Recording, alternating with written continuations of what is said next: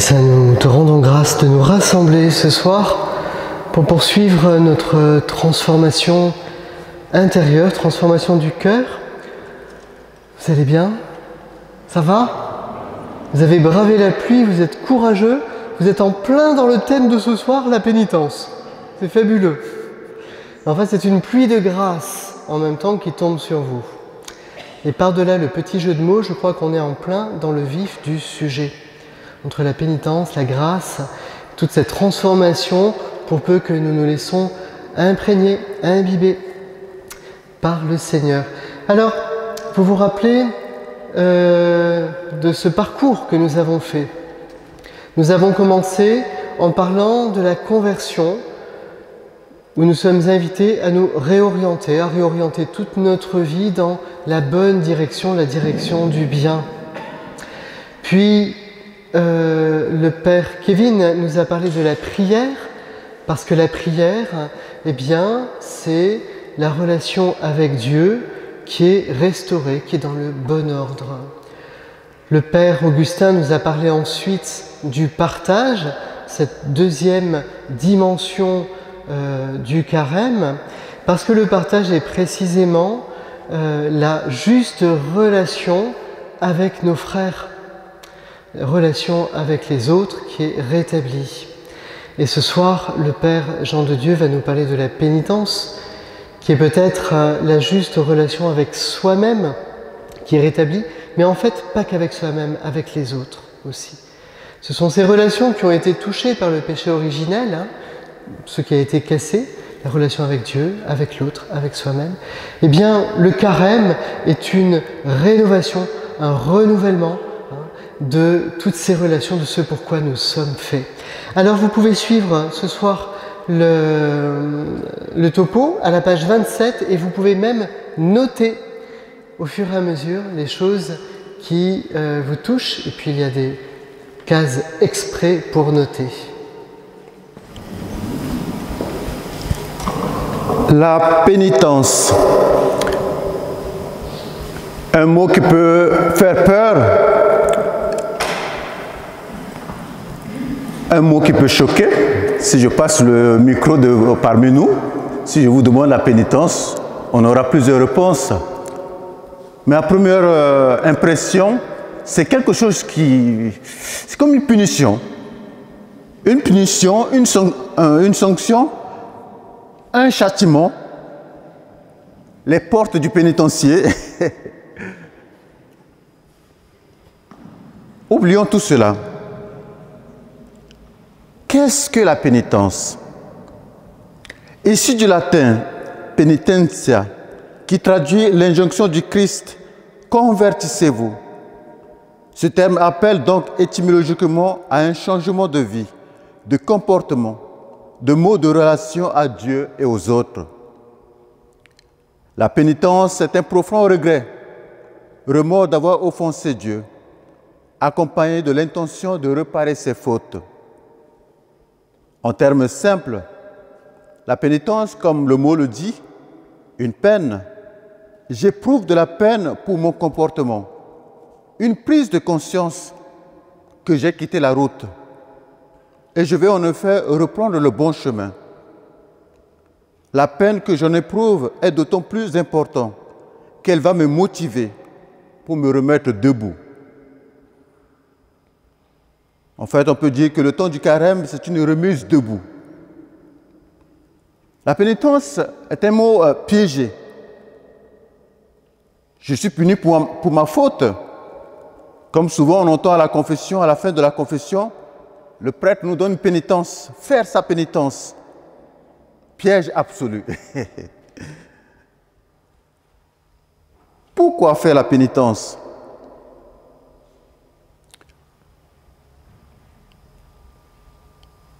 Dans les pères de l'Église, surtout Saint Ambroise, il dit qu'il y a deux types de conversion. Il y a la question de l'eau et les larmes. L'eau du baptême, quand on a foi au Christ, quand on croit au Seigneur, quand on quitte son péché, par le baptême, on revient au Seigneur. Mais après le baptême, nous continuons toujours à commettre des fautes, à commettre le péché. D'où ce retour vers le Seigneur, cette larme, les larmes de la pénitence. Faire pénitence, c'est implorer le pardon de Dieu pour réparer une faute.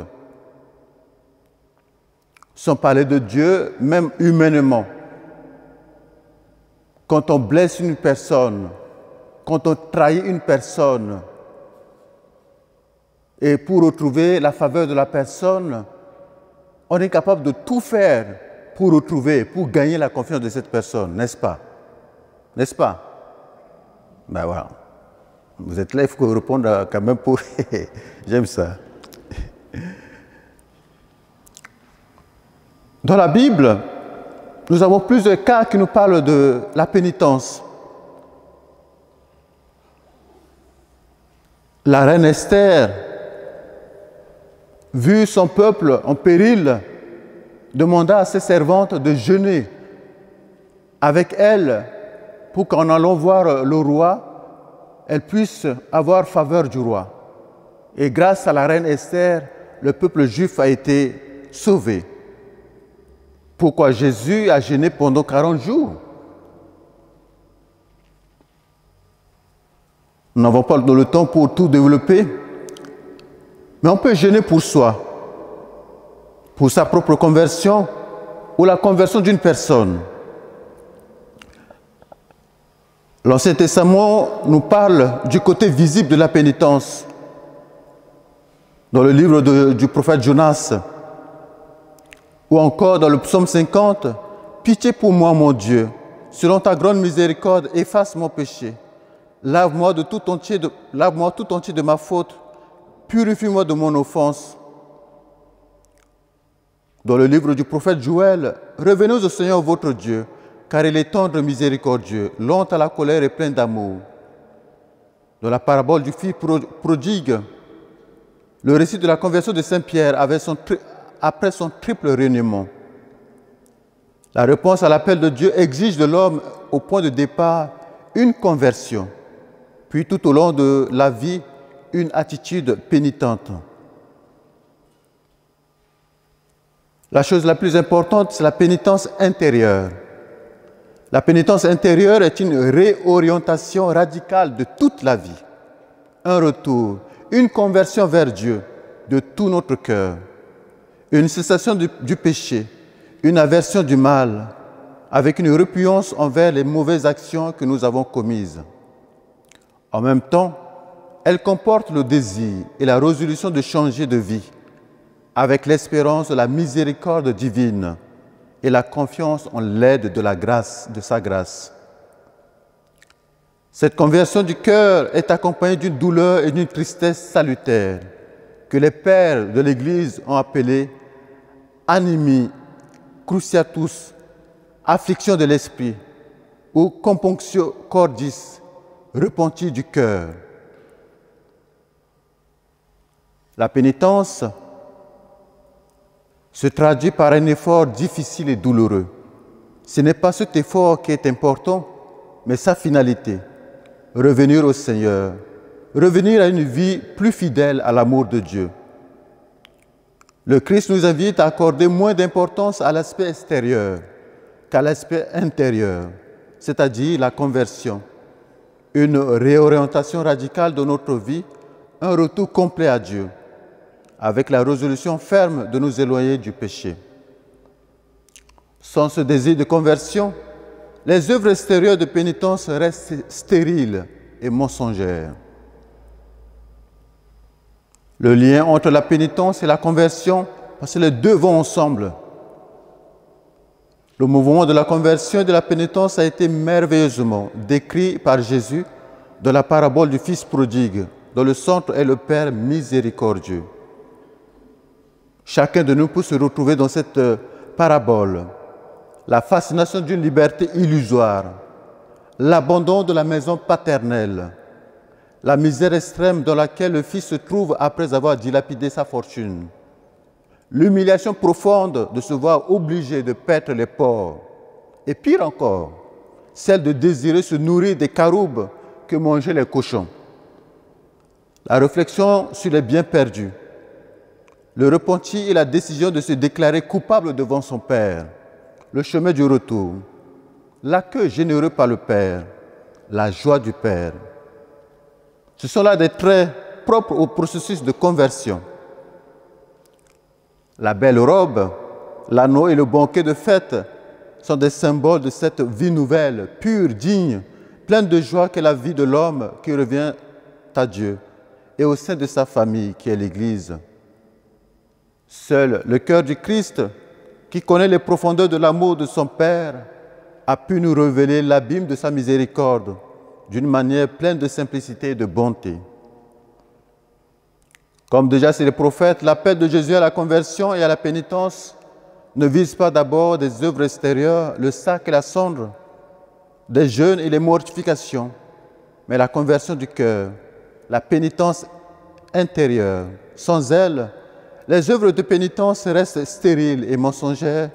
Par contre, la conversion intérieure pousse à l'expression de cette attitude en des signes visibles des gestes et des œuvres de pénitence. Bien sûr, il y a plusieurs formes de pénitence. La pénitence intérieure du chrétien peut avoir des expressions très variées. L'Écriture et les pères insistent surtout sur trois formes: le jeûne, la prière, l'aumône, qui expriment la conversion par rapport à soi-même, par rapport à Dieu et par rapport aux autres. Avant d'aller un peu en profondeur sur les trois formes, revenons sur les signes et les gestes de pénitence. Pour ceux qui vont souvent dans les sanctuaires, Lourdes, Fatima, surtout Fatima, on voit Marie qui a demandé aux 3 enfants de faire pénitence, de marcher à genoux pour la conversion des pécheurs, ou marcher pieds nus. On voit souvent dans les monastères, les moines du 1er siècle se priver du sel, de l'huile, de la viande, de l'alcool, se priver de la télévision, se doucher avec de l'eau froide en hiver. Essayez un peu voir. Geste humble souvent pour ne pas chercher des choses compliquées. Je vois souvent où en mangeant à table avec les autres, il y a une personne souvent qui prend le morceau que les autres ne veulent pas prendre. Ou souvent il y a la sauce qui reste dans le plat et personne pour essuyer. Mais cette personne essuie ça, ça me touche énormément. Ça me pousse à faire de même. C'est des choses simples. Il n'est pas seulement question de jeûner de nourriture, mais jeûner de parole. Souvent dans la parole, on blesse beaucoup de personnes. Dans la parole, on calomnie. On peut jeûner de parole. Souvent à la maison, moindre faute des enfants, on crie sur les enfants. C'est une violence. On peut jeûner aussi de cela. Demander au Seigneur, Seigneur, aide-moi à être douce avec mes enfants, avec la famille, avec mon mari, avec ma femme. Si nous pouvons travailler chaque année, imaginons par an, nous jeûnons pour un péché, parmi les péchés capitaux, pour un péché. Il est vrai qu'au bout de 7 ans, nous aurons fini de... Bon.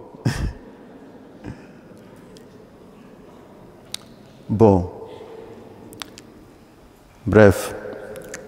Le carême est un temps privilégié pour se convertir ou se reconvertir, car le chemin n'est jamais fini. L'occasion pour nous de nous éloigner de nos mauvaises habitudes.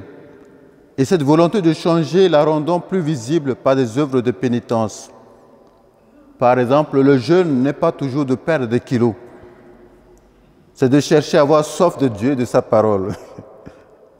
Jeûner pendant le carême est un geste de solidarité avec les pauvres, une invitation au partage à l'aumône. En général, réduire l'usage des choses dont on est accro. Exemple, on prend souvent l'exemple de chocolat, mais ce n'est rien. Le problème des écrans. Éviter la frénésie.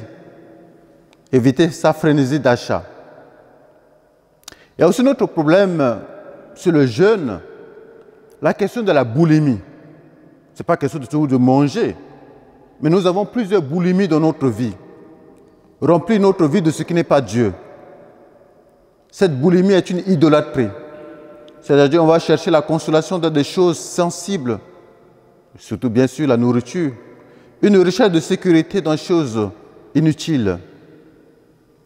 Le jeûne est l'acte que je pose pour remporter la victoire sur les vices, les pulsions, les passions. Il y a aussi des fausses jeûnes. Je jeûne le jour où il y a des épinards à table. Je n'aime pas ça, alors je jeûne. Trop facile.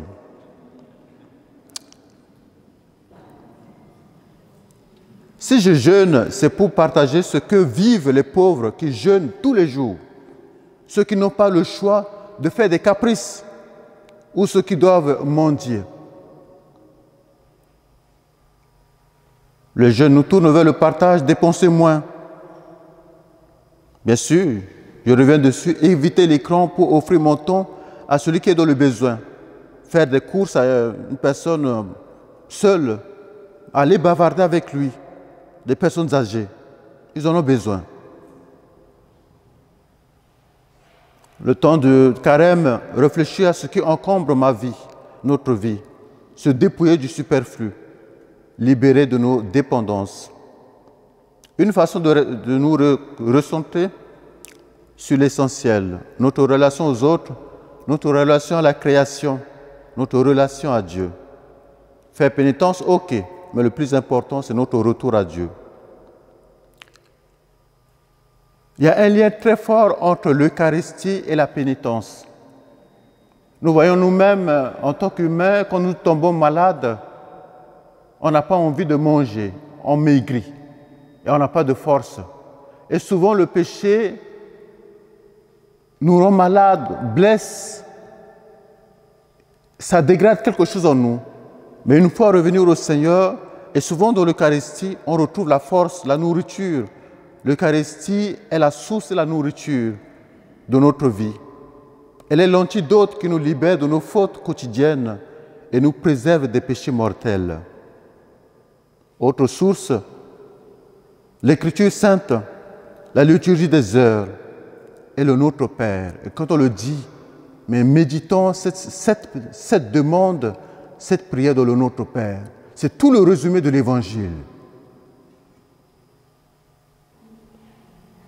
Le thème est costaud, mais le temps n'est pas... En 20 minutes, c'est impossible, donc je vais un peu vite. L'Église nous donne les temps et les jours de pénitence. Le temps de carême sont importants précisément pour revenir vers le Seigneur.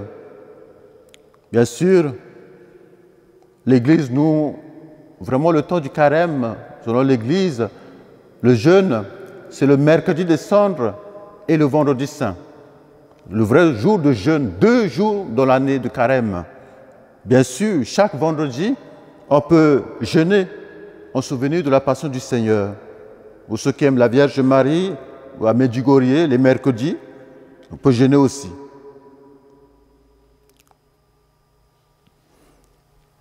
Pendant le temps du carême, nous sommes invités à vivre le surtout, le sacrement de pénitence et de la réconciliation.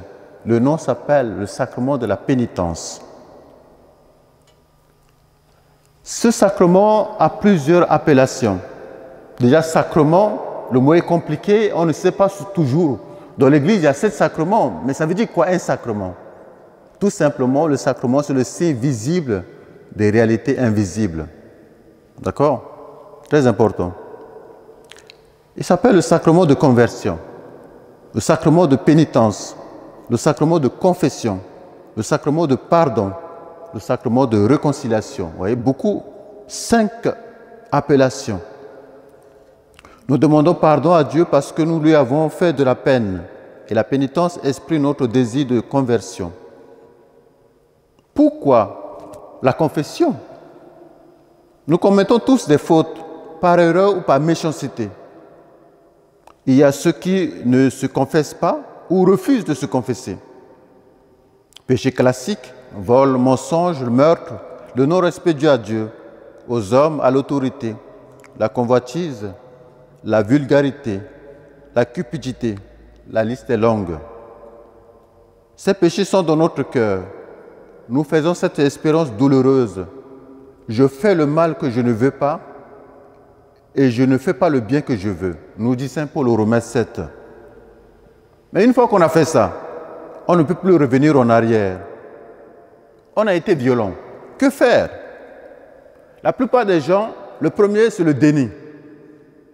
C'est normal parce que j'ai une nature pécheresse, je suis une personne méchante, c'est ma nature. La fuite en avant, on essaie d'oublier. On se nourrit de la drogue, de substances néfastes pour remédier. Des écrans, une vie repuante. Pire encore, avec l'âge, ça reste dans notre mémoire. On essaie d'enfoncer, comme une crotte qu'on met sous le tapis. Ça commence à sentir, mais on ne voit pas. La deuxième, c'est la condamnation. Je fais le mal, je ne vaux plus rien. Je me condamne moi-même et les autres. Une solution pire que la première. Il y a ce moment où je peux venir devant Dieu pour lui demander, il n'y a pas ce moment pour demander pardon à Dieu. Je préfère aller devant un arbre, dans la nature, mais il n'y a personne pour me pardonner. Ou soit on entend dire, je demande pardon directement à Dieu, comme ça. Mais attendez, il y a des moments pires que ça. Exemple, dans un crash d'avion, où tu vas aller te confesser. Mais tu peux là, directement devant Dieu, tu peux confesser. La confession est très importante pour être lavé par le sang du Christ, par le prêtre qui est une persona Christi. Entendre cette parole de Dieu, de pardon de Dieu. Et voyez, à chaque fois à la confession, les paroles de l'absolution. C'est très important si nous pouvons méditer sur chaque mot. Le prêtre dit que Dieu notre Père vous montre sa miséricorde. Bon, les prêtres qui s'y connaissent, je ne continue pas. Mais ces mots sont très importants. Dieu lui-même vient nous pardonner.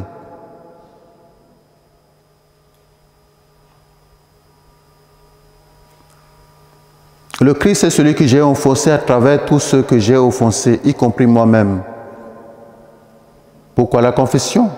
C'est pour que le Christ, par sa croix et sa résurrection, puisse me relever de mes fautes. Dans la confession, il y a les actes du pénitent. Comment se confesser? Dans la confession, il y a 3 actes. La contrition, la confession et la réparation, ce qu'on appelle la satisfaction, mais le mot est compliqué. On dit la pénitence, et le mot revient. Dans la contrition, il y a 2 contritions. Ce qu'on appelle la contrition parfaite et imparfaite. La fausse contrition, c'est une forme de tristesse, une tristesse égoïste tournée vers soi. Je suis triste parce que j'ai honte. Ce qu'on appelle l'attrition. Ce n'est pas une vraie contrition. La contrition, c'est une tristesse d'amour. C'est le début de la joie, car celui que j'ai offensé est celui qui a donné sa vie pour me guérir. On va voir le prêtre qui a reçu cette mission de remettre les péchés. La confession, c'est avouer. Au Seigneur, ce n'est pas au prêtre. À Dieu, tout ce qu'on a fait, dire de sa bouche, sincèrement. Si on a 10 péchés et qu'on vient dire sur mon 9, on ne dit pas le 10e, on ne sait pas confesser. Il faut être vrai, sincère devant le Seigneur. N'est-ce pas? Il y en a qui disent, oh mon Père, qu'est-ce que je peux vous dire encore? Hey, ce n'est pas moi, ce n'est pas une causerie. Oh. Mon Père, je n'ai pas de péché. Oh, Saint Paul a dit, qui dit qu'il n'a pas de péché fait de Dieu un menteur.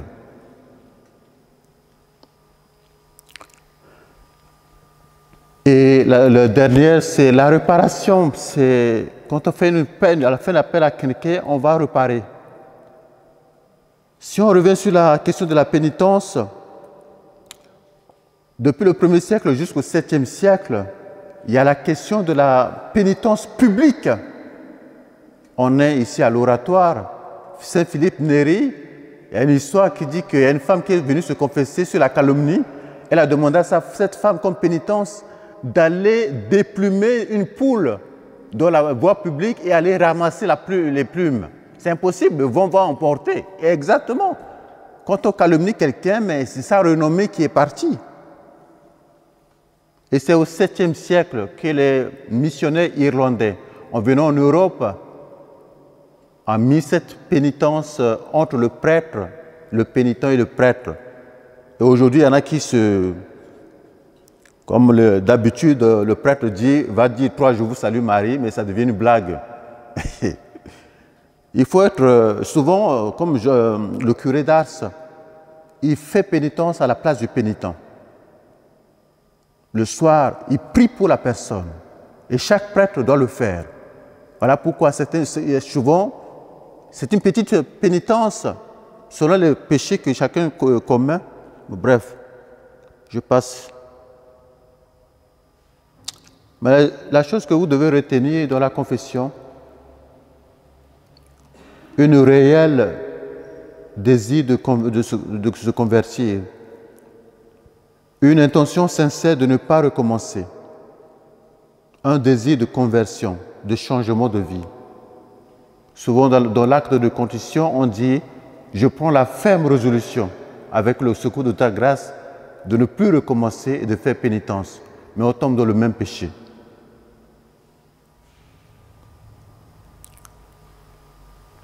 Les pénitences extérieures sont des gestes de pénitence qui peuvent être superficiels.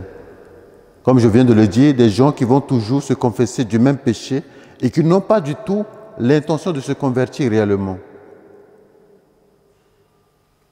Tandis que la pénitence intérieure est de ce désir qui habite le chrétien, encouragé pendant le temps du carême de changer de vie, de la purifier, de la sanctifier. Il y a tant de choses à dire. Je finis par cette grâce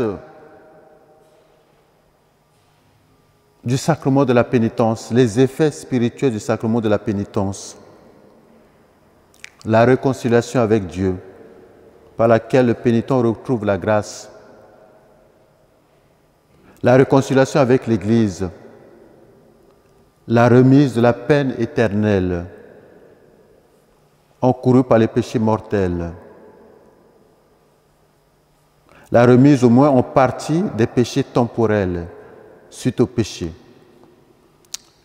Ces termes sont un peu compliqués peut-être pour nous, mais quelqu'un qui refuse de se convertir, il encourt la peine capitale, la peine éternelle. Mais par la conversion, par la pénitence, nous échappons à cela. Mais si nous confessons, il y a ce qu'on appelle les cicatrices restent. Mais si j'ai une plaie à la main, mais si même la plaie est guérie, mais il y a la cicatrice qui est restée, alors que Dieu nous a créés purs. Voilà pourquoi, quand on meurt, on passe par le purgatoire. Et si, voilà, cette année, nous avons la chance d'avoir des indulgences, c'est un mot aussi compliqué, beaucoup de chrétiens, 99% des chrétiens ne connaissent pas ce que c'est que l'indulgence. Mais si on nous explique, ça reste toujours compliqué comme mot. Alors que c'est une grâce énorme, bénéfique pour notre âme, pour nous-mêmes et pour les âmes du purgatoire. Il n'y a pas le temps pour dire ça. Et surtout, celui qui se confesse sincèrement retrouve la paix du cœur, la sérénité de la conscience et la consolation spirituelle. L'accroissement des forces spirituelles pour le combat chrétien. Voilà, je survole les sujets, les thèmes.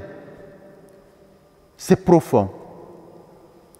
Le plus important, c'est ce témoignage que nous allons écouter bientôt, qui, à travers le vécu quotidien, le vécu de tous les jours, la paix, ça peut nous aider à faire pénitence.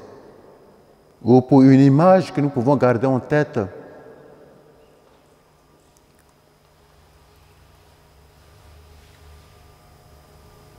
La restauration d'une maison. En fait, notre âme est abîmée par le péché, mais par la pénitence et par la grâce de Dieu, Dieu lui-même vient restaurer notre âme pour que nous soyons belles, beaux ou belles devant lui, comme nous avons été créés au début.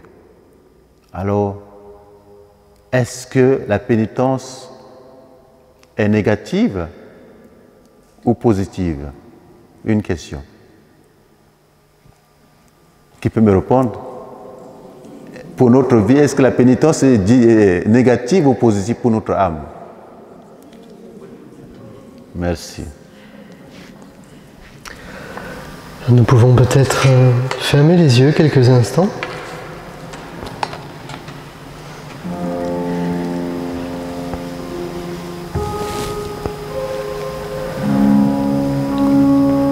Et laisser résonner tout ce que le Père Jean de Dieu vient de nous présenter.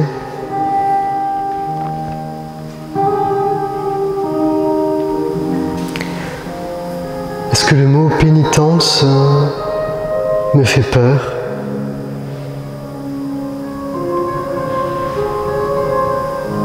Et de quoi me fait-il peur?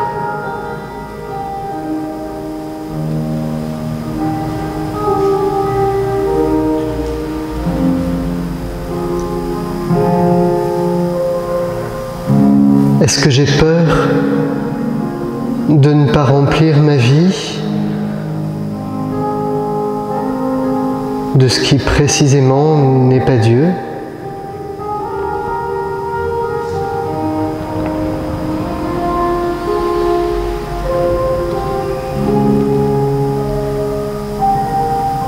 Est-ce que pendant ce carême, je ressens avec l'intelligence du cœur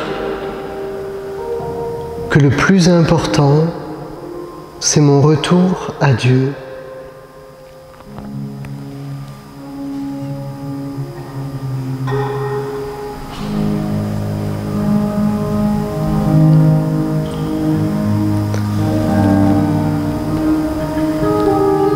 Si j'étais un ange, un pur esprit,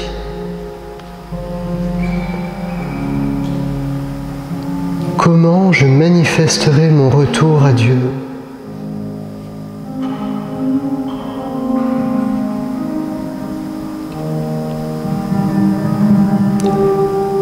Mais je ne suis pas qu'un esprit, je suis aussi un corps.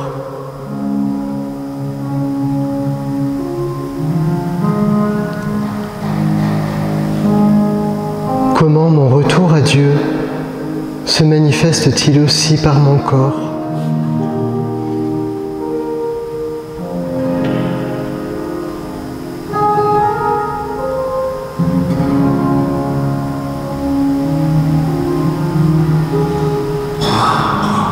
Est-ce que j'ai faim de Dieu?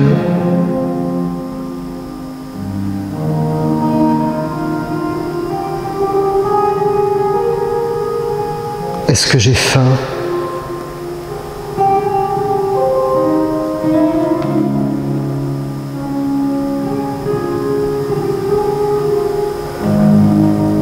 Est-ce que l'Eucharistie a sa place comme nourriture dans ma vie? Ou suis-je déjà rassasié par autre chose?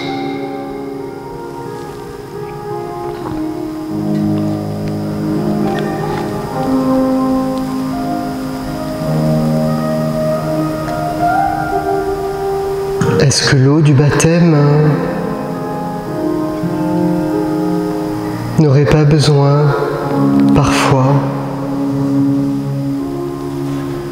d'être ravivée par l'eau de mes larmes?